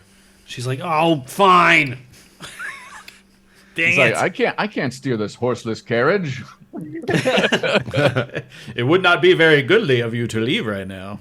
So she's like, look, let's play a game of leapfrog here. They start talking about leapfrog, how like what we know the pages are in Boston, right? Which I forget how they figured that out. Yeah, I forget how they figured that out. But they're like, we need to go to Boston and beat the Warlock there and just go get these pages. Yeah. So we're going to get on an airplane. And this is when the movie kind of turns into Rain Man for a little bit. I hate that you're right, but you're right. Yeah, as long as I can bring my giant weather vane onto it. Yeah. You can tell this is pre 9/11. I Yeah, know, but isn't you that learn a lot about that. isn't that so shocking though to like see what the world was like? Like this is like pre like TSA like soaking you for like whatever like weird little jobs program they've got going on, right? Like and Yeah. Not to mention somebody was smoking on the plane. People Which are- I think Yeah. even then was an anachronism. I don't think people were Oh, smoking on I planes think they in could. 89. I think so. Maybe so. Yeah, absolutely. Yeah, Yeah. I want to bet. say yeah. I bet. Yeah, no, But- it was man, look what they took away from us. Yeah, like the craziest like pre 9/11 thing I was like, whoa, is he has that giant knife and she's like, you can't put that in your bag. Let me put that in my carry-on. Yeah. Yeah. I also love that like they buy the 2 tickets to Boston and the lady's like, that'll be $600. And she's like, oh, let me just unplug your machine. She's like, oh, my system must be down. You can just go. Yeah, just go ahead. Just go ahead. They're free. We're on the honor system here at Delta. No, I think Now, but you'll would they come use back. like a carbon like They would use yeah, the thing. yeah, That's yeah, right, yeah. so that would be like, oh, I guess we'll catch you back. That makes sense. That would Process That was it the later. deleted scene, Yeah. the carbon scratching of the credit card. We'll charge you for this 7 months from now. Yeah. And Redfern was like, what's thou doeth with that carbon tither? If They're like, yeah, let's cut this one. like what's clunky dialogue there. Dost thou take American Express? But they do manage to get that weather vane on there, and they, They just she's like, it's a waltz on with it. yeah, she's like family heirloom. The flight attendant's like, oh, you. she's like So quirky and so Californian. Was the blood always on the tip? Yes. Oh yeah, but he also he says like you can take this weather vane off of my cold rotting corpse. Or like he's like right, so yeah. far more intense than like what the poor flight attendant woman really deserved. Thank you for flying spirit, sir. Yeah, well, And like Redfern also like it's like he does not respect women at all, which is great. Like it's like Because why they're wearing all that damn makeup. and he notices that some guys are trying to put cream in his coffee. It's soured. Some guy lights up a cigarette, like we mentioned. It's a blue flame. He starts freaking out. He's like, there's definitely a witch here. We see down below that Julian Sands is like in the luggage compartment area. Eating yogurt with his hands or whatever the fuck that is. yeah, Ren- what was he eating? Yeah, that was really bizarre. Eating yogurt with 3 fingers like DeSantis from DeSantis. That's how you know he's a sociopath. That's not even the worst thing that I saw on this airplane. This airplane has a fucking spiral staircase in it. Yeah, what was that? Why? What Was happened to ever a double-decker thing? airplanes? Yeah, I don't what think happened I've to ever those? been on a double-decker airplane. But I remember seeing old movies though, like the old the old airplane crash movies. Airplane, the disaster movie. yeah. They would have that. Yeah. So they must have been. Also, I mean, I think crazy. I think the height of aviation was around that time. There are planes that they built back then that I don't even know if they can build today. Oh yeah, yeah. You know, like it's golden age, man. Yeah, we've degenerated. Catch me if you can. That's capture that era right there. Yeah, one of my favorite parts in this sequence is like, Redfern starts storming around the plane looking for the witch and just opens up a door and there's just like a lady taking a shit. And he just like backs away. He's like, oh my God. He closes his Do eyes. not go in there. Woo! He's like, that's not godly. That is not godly. Goodly women don't poop. They don't poop. Girls don't poop. Oh, he also delivers a terribly subtle insult to Cassandra, and I wrote it down because I'm like, that's pretty good, even though it's so subtle. He said, "Keep your wits about you, such as they are." It's like, damn, you are coming with the heat, man. Yeah, keep your eyes open. I don't think she caught it. I don't think she got it. Not many would. Ouch. Well, they finally land down in Boston, where they immediately take a cab, and we're delighted to a Boston cabbie here, who makes Loves a the Lakers Celtics. joke. Yeah, Probably hates He's certain like, people. probably from California, huh? Yeah, And he's like, I need you to make a right here because of whatever. Maketh this right. Make us this west lane turn, whatever. Bear West. And Bear West here. yeah, Bear West. Yeah. He's like, yeah, and they wonder why we hate the Lakers. It was like right before the scene cut, I saw he had a Boston Celtics decal on the inside of his window. Yeah. So they end up at this church, and they meet like a pastor or a priest here, right? Well, he's not a priest. He's not Catholic, right? Because he's married. Yeah, that was can't the be part Catholic. that's the part Yeah. I was like, because he's dressed like a Catholic, but I don't. But he's maybe he's Anglican, maybe like Church of England or something. Yeah. Yeah, because he's definitely got I assume a wife who's pregnant. Yeah. We see her like up in the window, kind of, because he's about to close up shop for the night, and then they show up, and he's like, "Hey, tell me about this, book or whatever." He's like, "We need to find this book," and one of the best lines in the movie happens here, where I need this book, or all of creation will become Satan's black hell besmeared farting hole. See, that sounds like something we made up, Yeah. but that's a direct quote. That is powerful. Now the actors are so good at delivering this mishmash, like Julian Sands and what's the guy's name? Richard E. Grant. Yeah, Richard E. Yeah. Grant. Like they must be like Shakespeareanly trained actors, because they're just giving off of these monologues full of like the forsooths and the anons, but like you just buy it. You're totally there with them. And then you got like Valley Girl Cassandra with a K, just like as the foil for that, as a contrast. So they go down in the basement of this church where like there's, a conveniently placed, diary or something that tells them, hey, well, it's definitely still here in Boston, but not in this church. Probably in this graveyard, right? Yeah. Which is good. It's on hallowed ground. Nobody's moving it. Yeah. He can't get in. Nobody's building condos over there. Movie over. Yeah. It's not Well, it like turns it back into like Poltergeist. kind of a gothic setting too, right? It's a little bit, it would be a bummer if it was somewhere else. If it was just like, it's a hospital. You're like, okay. It's in a 7-Eleven. Yeah. But they And a leave. Dunkin' Donuts, yeah. There we go. Nice. Fucking Dunkin'. All right. It's up on the wall next to some other tchotchkes and crap. Yeah. Give me a dozen munchkins and some grimoire pages. Yeah. They decide it's in this graveyard. Meanwhile, the Warlock shows up and threatens, the couple here, the priest, pastor, whatever he is, and his wife. They have to be Anglicans, I think. That's what's interesting is like the go-to horror movie religion is Catholicism, right? But if you want to have this scene with the wife and the kid, you've got to go to like Diet Catholicism, which is Anglicism, right? Like or I don't know all my denominations, but like I think but if the priest is married, you're not. So it's kind of like a Catholic, Father Ted sort of situation. Like this is a Church of England style religion, and like Julian Sands like is very creepy in this scene, you know, and like you wonder like if he's taking it's like because like he's like feeling up the pastor's wife, like just like grabbing her tit like full on palm and stuff, and you're like, was that directed? Is that really completely necessary for the scene? And but like it just turns the thing real creepy.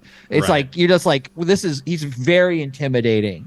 Yeah, and he feels that she is carrying twins, which she was not aware of. And he's like, look, if you don't tell me where they went, lest your children be born slugs of cold flesh. It's like, that is hard. That is hard in the paint. Yeah. You gonna do anything with that unbaptized fat? I need to fly around. Yeah. Get a little hungry. I need to get back to Have any California. fat in the refrigerator? Very particular kind of fat. All I had on the plane was Biscoff. That's prime lard. Gibbles, made from children. Yeah, prime lard. So, yeah, we cut over to the graveyard where Red Fern and Cassandra, with a K, are there. And they find the hex mark, or you could say hex marks the spot. Oh, wow. I saw that go. Like it's right here. I thought of myself, Mom. I quit.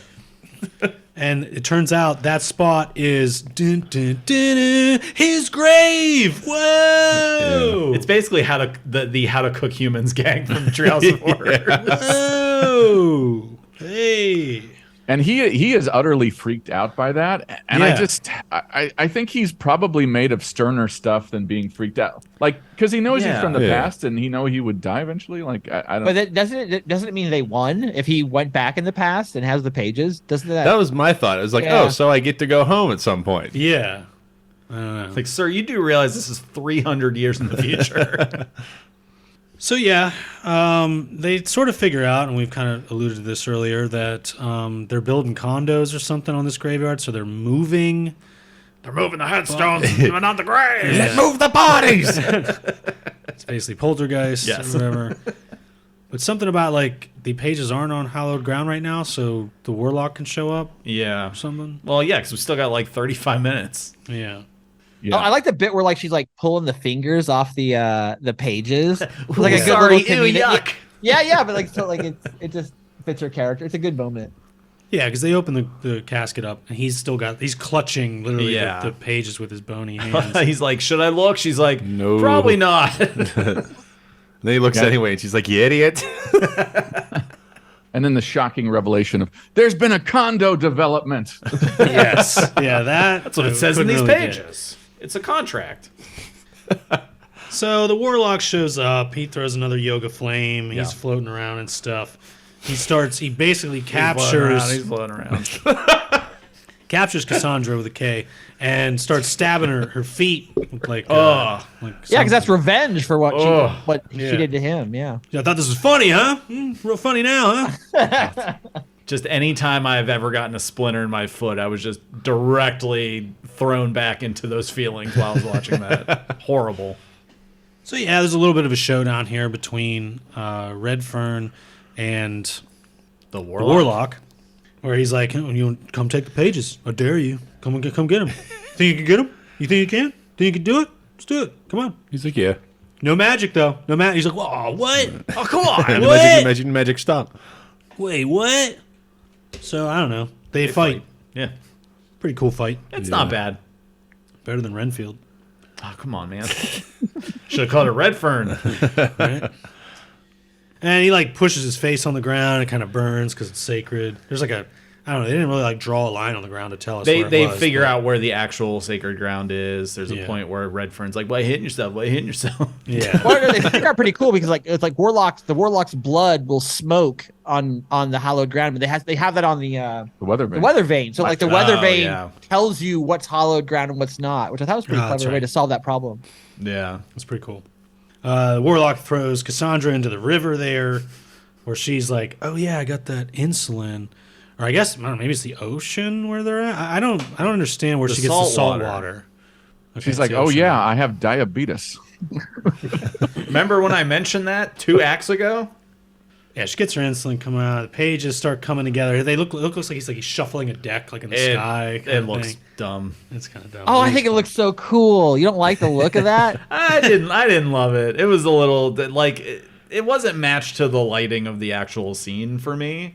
But I guess I'm mean to movies. What do I know? There's in the cool same effects. neighborhood as the animated fire effects, right? Like a kind of like See, I feel like those looked okay.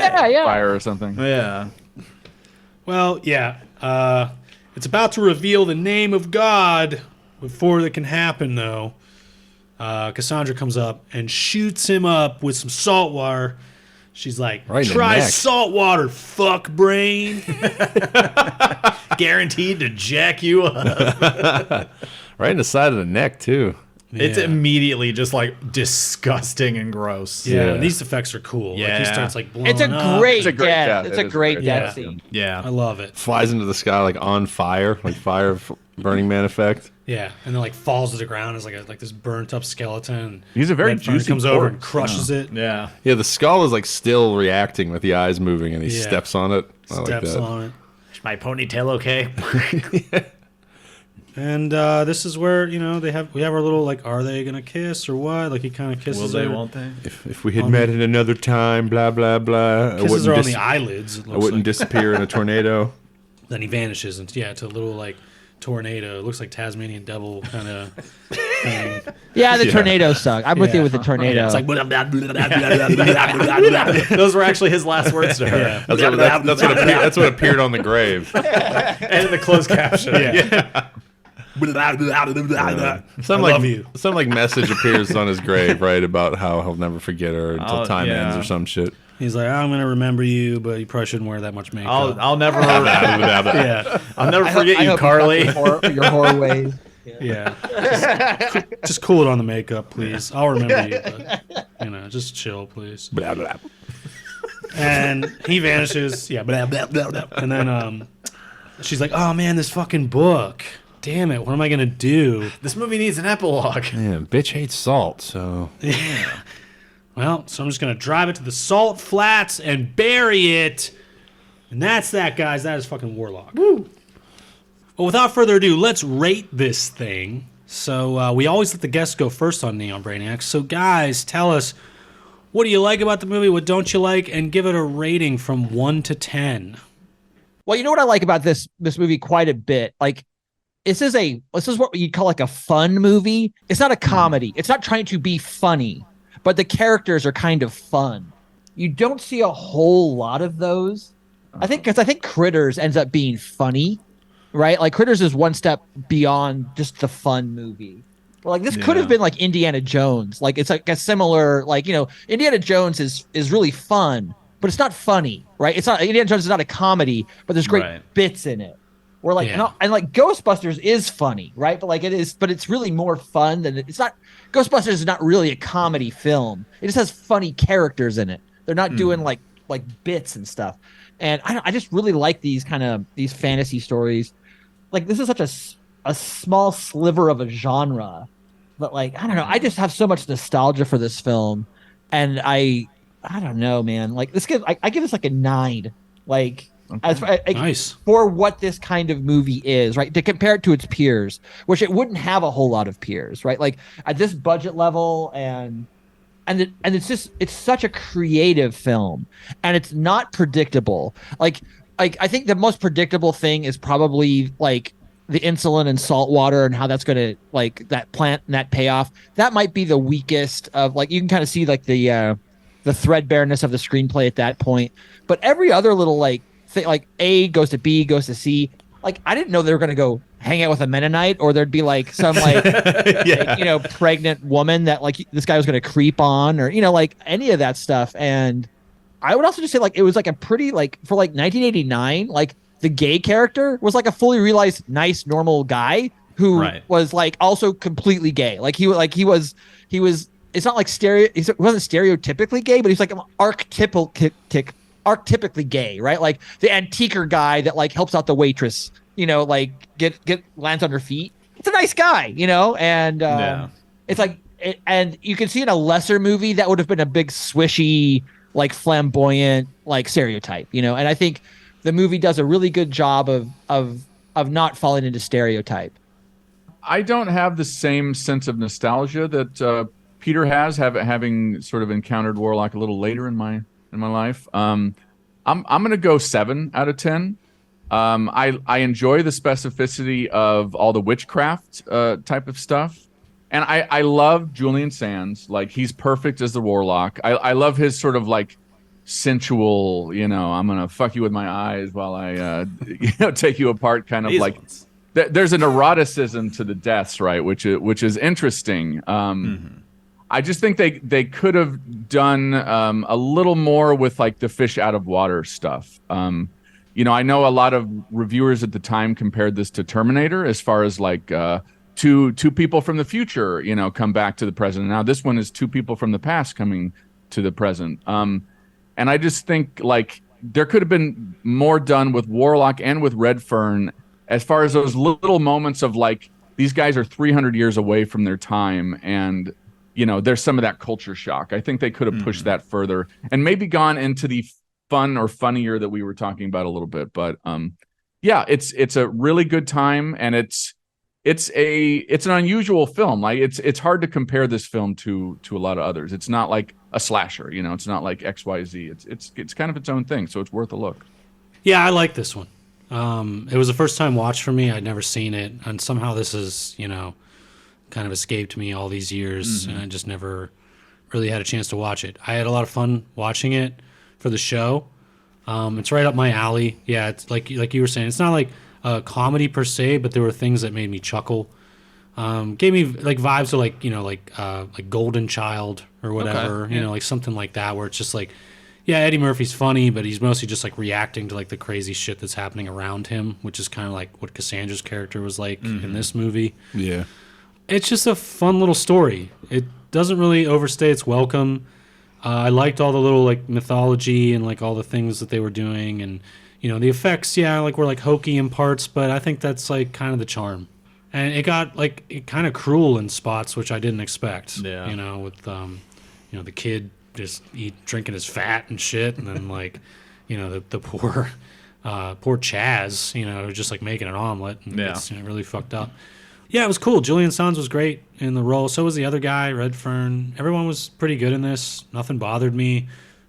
Feels like a Sunday afternoon kind of movie you just like watch on TV or something, So yeah, I don't know. I'm gonna go 7 as well. Yeah. Yeah, I mean, I agree, and it's funny you say that because I watched it this morning on a Sunday morning. Yeah, it really fit the vibe. Yeah, I would say I ended up liking this more than I expected to like it when it started. Same. And then I think it ended up being a little tighter bit of an adventure film than I haven't heard a lot about this movie, but I think it's a good example of like a nice little late '80s adventure. It's got some of that soundtrack shit that you guys know. I like the I like whatever. It fits this movie. It's cool. Jared Goldsmith, weirdly enough. Yeah. And I wish sometimes I wish we could have got a little more like sense of dread around the Warlock, because this dude's like killing kids and shit. But it didn't ruin anything for me. I liked it from front to end. It was a nice little ride. So I'm going 7 as well. Nice. Yeah, I mean, being the 5th person to talk about fucking Warlock in quick succession, I'm probably not going to bring much new to the table, but yeah, it's a fun one. Made well, looks good. Nobody really pulled down anything in terms of acting. Some of the effects hit better than others. My only real complaint is that the movie could do anything about was like I found it a little slow at times, but like not for like long stretches. I'm also not too much of a fantasy guy, so this isn't like really in my wheelhouse, but I had fun with it, so I'm gonna go a little lower and say 6 out of 10 for me. Cool. Solid Stuff. It's a solid, fun movie. Yeah. So check it out. I watched it on Tubi. Yep. It's free on there right now. So if you haven't seen it in a while, maybe give it a rewatch. Sequels are on there too. Yeah. All right. Well, let's get to some plugs, guys. The floor is yours. Wherever you want to plug your podcast, tell people where they can find it, all that kind of stuff. Yeah, do it up. Yeah, definitely. So, check out NPRmageddon, National Public Radio in the post-apocalypse. We have 10 episodes streaming right this moment on all your finer podcast distribution platforms. But you can find us at nprmageddon.com/listen. We also have a holiday special coming up, which is pretty fun. So 10 episodes plus a holiday special this year. Yeah, and also follow us on Twitter. We have a pretty good interaction with actual NPR reporters. Like about twice a week, we Photoshop an NPR reporter into a post-apocalyptic kind of situation. Nice. And they've come to really like that. It's huge. And so like you'll see like you might see somebody like if you listen to NPR, they go, "Oh wow, I've been waiting for this honor." And we just absolutely love when they say that. The last guy said, cool. "Now I can retire." Awesome. Now I can retire. I've been waiting for this forever. Yeah. That's great. Yes, you guys should Listen to definitely that. be checking out their stuff, and we greatly appreciate them coming on the show this week. Greg, what about our plugs? Patreon.com/NeonBrainiacs for the price of a new weather vane. You can support our show.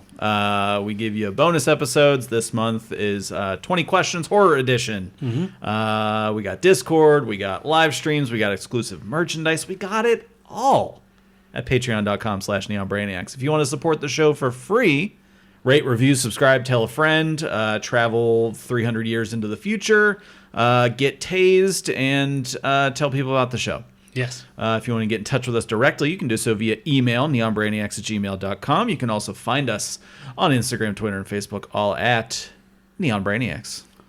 Yep. All right. What are we doing for a third segment this week? Well, this might be my moment, though, guys. Sorry. Oh, no. Yeah, I got hard out today just because my film partner is about to win a competition, I think, and I made a promise. Damn Smee. I know. So I won't join the third one. You two guys, you were great to talk to, so thank you so much. And I won't join you for this third one. It's no disrespect.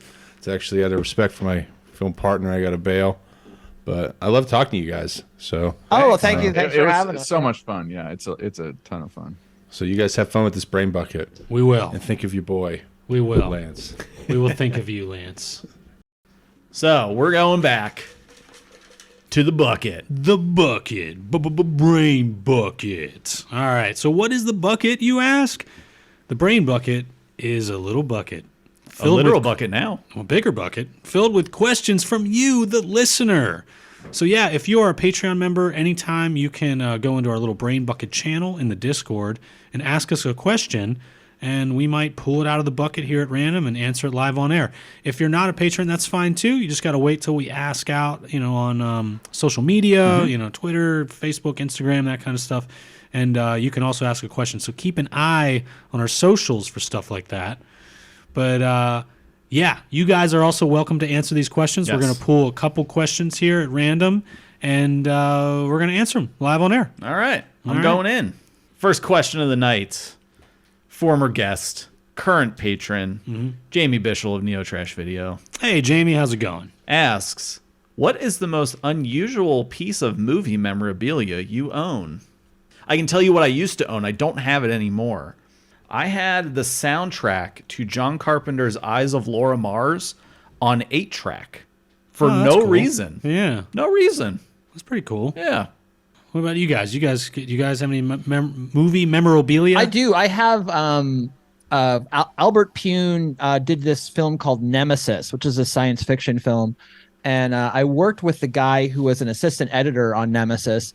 And so when they took the film to market, they had like this sales document of like very beautiful printed out like pictures from the film Nemesis. And so I have like this sales rep, like really nice, please buy Nemesis. And like they probably made like 10. None of them exist anymore. And I have one of those. The most random thing I can think of is I have a keychain for the movie 3 O'Clock High. And there it is. Yeah, and everyone's like, what the fuck is that? I'm like, well, check it out. I don't know. But yeah, I have a 3 O'Clock High keychain. Yeah, I don't really know what the weirdest thing I currently have. Well, I guess, you know what? The Ranger. Oh, yeah, you got the Ranger. I have, not a screen used. Yeah, not the screen but, used, but it's a Ranger. I don't know if you two have ever seen any of the films of Bill Heinzman. who was the first cemetery ghoul in Night of the Living Dead. Made a couple goofy ass, like kind of sleazy horror movies in the late 80s, and in both of them there is a very prominently featured weird looking boombox that he uses in both, and I tracked one down a few months ago, and it's super weird. You know what, I should go grab it. Yeah, and we've subsequently put it in every one of our band's music videos. Yep. Yes. So this is like deep Pennsylvania lore, is what you're. It is. This is deep Pittsburgh lore. Yes. But there it is, the Ranger. Look if at you guys can this see thing. it. Yeah. Oh, that is kind of unusual looking. Yeah, it's got like dials and shit on it. Yeah. That's cool. Yeah. It's pretty wild. You find that is that an eBay find? Where'd you grab it? Lance is still here. What are you doing? That was an eBay find. It took me probably over a year to figure out what the fucking thing was even called. Yeah. And then one day we were playing in like our first music video earlier in the spring, and I was like, I should find a Ranger. And there was one that was like, hey, the cassette tape doesn't work, but it was like $30. And I was like, fuck yeah, this is coming home. Yeah, it's made an appearance in all the pummeled music videos. Sure has. So heck yeah. Brian, Guys got any more? Yeah, I've been a big fan of the Puppet Master franchise. I'm a big Puppet Master head. So Nice. I had an 11-inch figure of Tunneler from Puppet Master. Nice. Now that's not really memorabilia. That's just kind of like normie capitalist spending on an item. But I love all the puppets. Those are super cool. Yeah, well, great question, Jamie. yeah, Yeah. Ben, get in there. All right, I'm reaching in. Ew, man, it's so nasty in here. Gross. We got RJ McCready's stupid fucking hats Hey, via Discord. Maybe a super basic question, but what's special about horror to you versus other genres? What do you actually like about horror? Tough one. that's a very existential question. Yeah. Ooh, that's tough. Well, I'll take it. I think not that you Please. care because I'm just some guest on the show, but like, what's interesting about horror is like people go there for the movie. They don't really go there for the actors. In fact, if there's a famous person in the horror movie, that might actually take something away from the horror movie. So that's kind of fascinating, and it's also the most creative of the genres because like what's a standard horror movie? I don't know. They're not. I mean, there's some of the subgenres have like tropes or something, but like I think the really creative filmmaking kind of comes out of that genre versus like romantic comedy or something like these things are so like stultified, they're calcified, like they're tropes and whatever, like horror people that like horror movies they really want to have a new experience most of the time. And like when they're watching old movies, they're watching old movies to have a new experience. They're not like to have like the same experience. They're not trying to like recapture watching Star Wars again or something. Yeah. Yeah. That's a good answer. Yeah, I mean, I think for me, it's a lot about the special effects and the sort of magic trick that kind of happens, in front of your eyes, like the way they're able to either make it look like somebody's getting stabbed with something terrible, or turn into a monster. Like American Werewolf in London comes to mind. Like seeing that for the first time as a kid and being like, wow, that's like how did they do that? Yeah.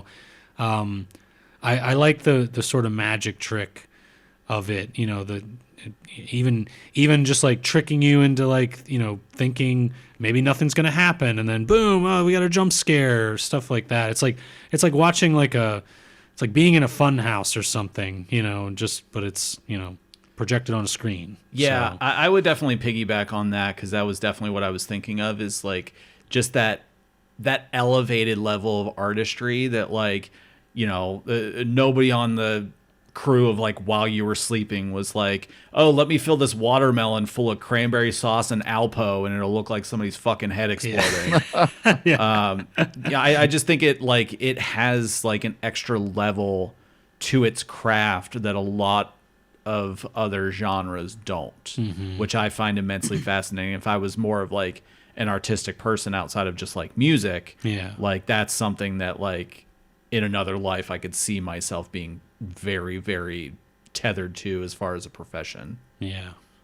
Like no other genre can hit me just in the absolute gut at a very primeval sort of level as horror, right? Like, God, like the thing where it's like you wanna look, you got to look away. It's like kind of turning your stomach. I mean, the worst scene in all of horror for me has been like Bone Tomahawk, the wishbone scene. Like, Yep. I cannot fucking watch that. Like, I have to watch between my fingers. Like, it's just it just hits you on such a visceral level that it's like no other genre can do that. But in the same time, it's like then you get over it, and it's like a roller coaster ride. Like you get off the ride and you go home to your family, and everything's fine, and you sort of like have it right. So, but you had that experience, and that's how powerful horror is. You know. I also think there's an incredibly interesting dichotomy too, where horror can give you what you want in what you see, but it can also give you what you want in what you don't see. Mm-hmm. And I'll elaborate on that because I don't know if that made a lot of sense. But like Texas Chainsaw Massacre, one of the greatest horror movies ever made, particularly bloodless movie. Yeah. But it's all just in what Tobe Hooper gives you and how you digest it. You can be like, this is the most horrifying thing my brain has ever seen. Something like the Blair Witch Project or even Willow Creek. Willow Creek has one of the most terrifying endings to a movie I've ever seen, and you don't see a fucking thing. Yeah. That is so incredible to me. It's like theater of the mind, or like, you know, almost like a radio, you know, play like you guys do, where like you kind of have to give people the tools to let their imagination just fucking run wild. Yep. Yeah. I love that. And it's usually scarier than when they show it to you. Yeah. Yeah. Well, yeah, thank you, RJ McCready's Stupid Fucking Hats, for the great question. Both local patrons. Yeah, both patrons. And you, too, can also be a patron if you sign up for patreon.com/neonbrainiacs. And you can ask us a question anytime you want. And maybe we'll answer it here on the show, and maybe Lance will be here and not have to run out and answer it, too. So, Won't be so beleaguered to me. Yeah. But yes, thank you guys very much. Yes, Bryan, Peter, thank you guys so much. This was very fun. Yeah, thanks for having us. We really appreciate it. Yeah, it was so much fun. Anytime. Yeah, it was a lot of fun. All right, well, what are we doing next week, Greg? Well, have you heard of the movie Striking Distance? You're damn right. I'm from Pittsburgh. Take Bigelow. Yeah, you know where they shot Striking Distance, you know, right down the street here. And you know Sally Wiggins is in that. Sally Wiggins in that, you know? Well, we're not doing that. Tom Atkins, you know? Oh, damn. Dennis Farina. Dennis Farina's. We are doing something, however, by the same director, Rowdy Harrington. Okay. Remember a long time ago when we did The New Kids? Yeah, I do. And we got a little James Spader action in that. Love me some James Spader, Right? Yeah. Money talks, rest is bullshit. Rest is bullshit. Well, we got more James Spader in a Rowdy Harrington vehicle. We're doing Jack's Back, baby. Jack's back. Wow. I didn't even know he left. Yeah, he came back. He came back. Oh, my God. Come on back next week, folks. We're doing Jack's Back. Available on Tubi. Starring the one and only James Spader. You know what? Should be a good time. Hell yeah, we'll see you then.